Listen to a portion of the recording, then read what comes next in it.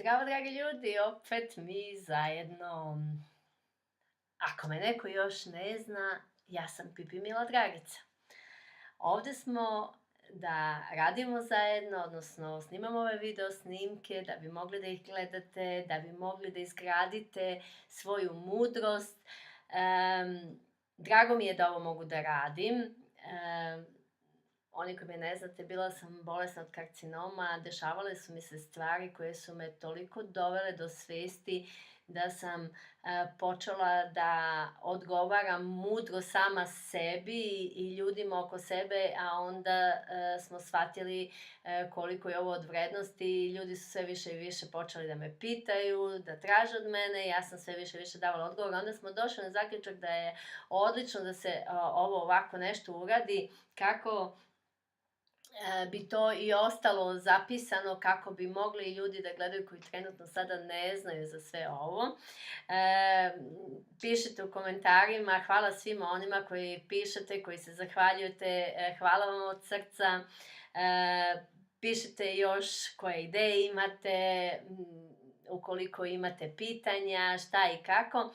Ova tema nam je naivnost. Zašto sam izabrala ovu temu? Iz razloga što ću vam reći, kada smo naivni, plaćamo neke stvari, događaju nam se neke stvari koje na kraju moramo da prebolimo, moramo da izađemo iz toga. Da bi otklonili ljudsku naivnost, moramo da popričamo o tome, moramo da uradimo nešto povodom toga. Jedna od naivnosti koju sam ja sebi dozvolila je bilo kada sam prvo sam imala karcinom, onda je on nestao, lekari nisu mogli da me operišu pre toga, te je karcinom nestao, a onda su insistirali na operaciju. Kad ja pričam o tome, neki ljudi kažu kao, ti to još nisi oprostila, ti zameraš, ti si ljuta na lekare. Ne, nisam, ljudi moji, ja sam to odavno prebolela, svoju naivnost. Na samom početku onda sam bila, upala u depresiju, izašla iz toga, bolje nego ikad. Ja pričam javno o tome da shvatite da negde je bitno da postanete mudri i da ne ulazite u naivnost. Dok nemamo ovakvu svijest koju imam, zaista to izgleda ovako, jao, ja to nikad o tome ne bi pričao, pa nemoj da čuje ovaj, jao, ispala sam glupa, sramota me od ovoga i ovoga, šta će taj da kaže, šta sad kad svi ovi gledaju ovaj video snimak, pa sada, eto, zna se da je Mila bila naivna. Ja znam da nijedan čovek u životu nije bio skroz nenaivan, znači ne postoji to. Naivnost kada je u čoveku, ona dolazi do izražaja. Ta ista naivnost na kraju kada platimo neki ceh nauči nas da budemo mudri, tako da nije to ništa strašno.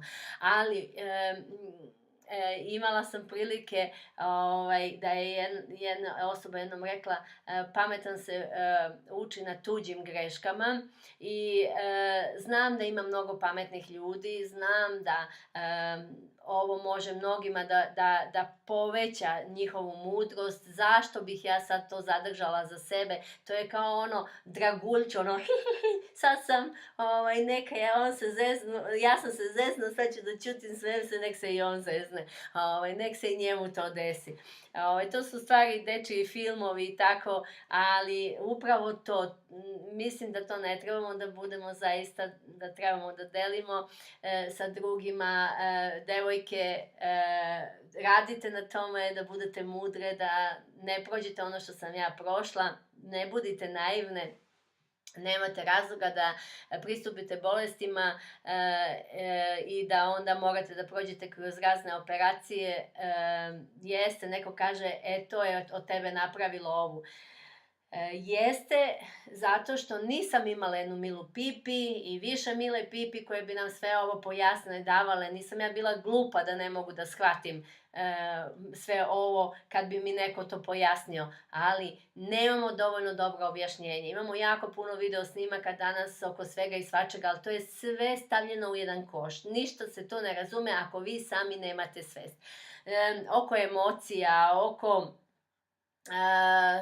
energije oko, znači takve neke stvari uopšte fali to pojašnjenje razlike, da shvatite, znači da ne budete naivni u tome. Uključuju mi se emocije, plačem, jao, žao mi je i sad moje emocije, evo ja sam ih uključila, ja sam saosećajna osoba. I onda isto tako radujem se. Radovati se je okej, ali zašto mora čovjek tugovati? Tuga nije od Boga. Ima to sve, ja to stalno pojašnjavam. Kad sam prestala da budem naivna, prestala sam da tugujem, prestala sam da strahujem, prestala sam da se osjećam nesigurnom, prestala sam da se osjećam nemoć, prestala sam da izigravam žrtvu od sebe, trenutke koje sam doživljavala za moj rast, prosto stavim tačku, krenem dalje, ako tu vidim neke stvari, ako sam za nešto bila naivna. U stvari ta naivnost ne bi ni postojala kad ne bi postojala ona druga strana koja iz sve namere za dobro, da učini dobro, na kraju u stvari to ne uradi. Kao i ljudi koji opet tako misle da su oni najpametniji, pa onda na tuđ račun, na tuđa leđa i tako. To na kraju, a jedna druga osoba je naivna, i onda tu ide to jedno i drugo, to nema balansa, to je jedan disbalans i to sve ode pogrešnim putem, nema ništa od toga. Znači, mnogo je bitno da čovjek počne da kapira, da on treba mudro da sagledava stvari, mudro da ide napred, da se ne opterećuje sa time šta je bilo, šta jeste i kako, nego da se jednostavno ide samo napred na jedan božanski način. Kada smo naivni, mi plaćamo cenu, što ne znači da sad trebate se zatvoriti u sobu i da ništa ne dajete, nego postoje stvari koje možete lakše da uradite, postoje stvari koje možete bez nečega toga i toga da uradite. Postoje čak stvari koje zbog naivnosti ulazite u nešto da bi uštedeli, da bi ne znam kako to napravili, to sam i ja radila i na kraju vam to bude mnogo skuplje i mnogo više ukoliko sa druge strane nema te ravnoteže.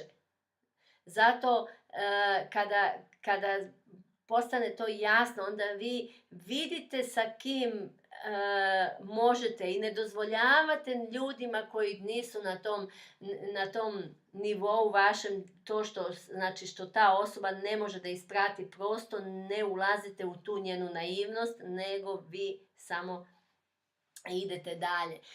Ja mogu da budem ponosna i da kažem, ja danas ne ulazim u medicinu, znači u nikakve bolesti, znači nemam tu naivnost više, živim totalno sigurna sa svojim zdravljem, radila sam na sebi da budem ovo. Ovo što vidite, to je moj rad.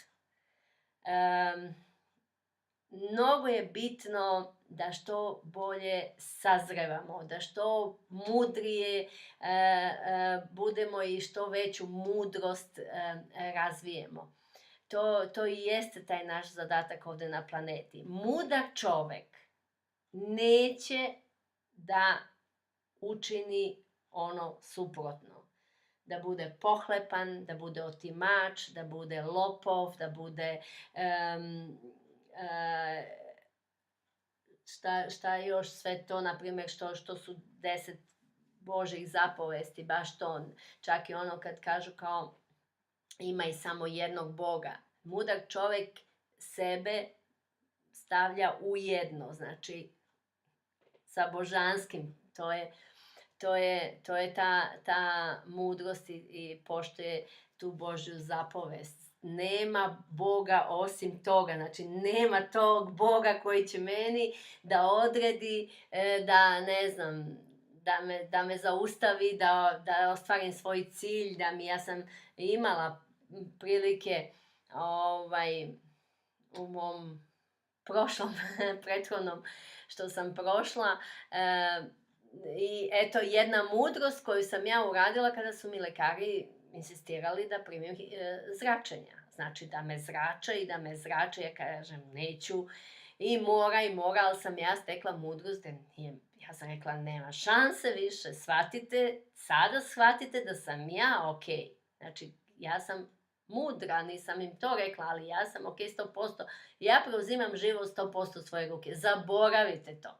Jedino što su mogli od mene tražiti da potpišem da ja to neću da primim. Tu treba znate, niko vas ni na šta ne može prisiliti ukoliko vi naivno ne dozvolite. Eto, znači prepoznajte onu operaciju koja isto apsolutno nije imalo nikakvog smisla, znači ošte nije trebalo, to su oni na kraju i priznali. Razlika između toga, znači ipak sam bila naivna i dozvolila da oni upravljaju sa mnom kao tu će oni ne znam šta da naprave, da je nađu i tako dalje, bla bla bla. Naravno, uz svo poštovanje medicine, znači nisu oni to uradili iz zle namere, možda zbog novca, ja ne znam, ako su to uradili, oni nose svoj krst. Znači, ja to ne znam. To znajte da ljudi koji znamo to, znači ljudi koji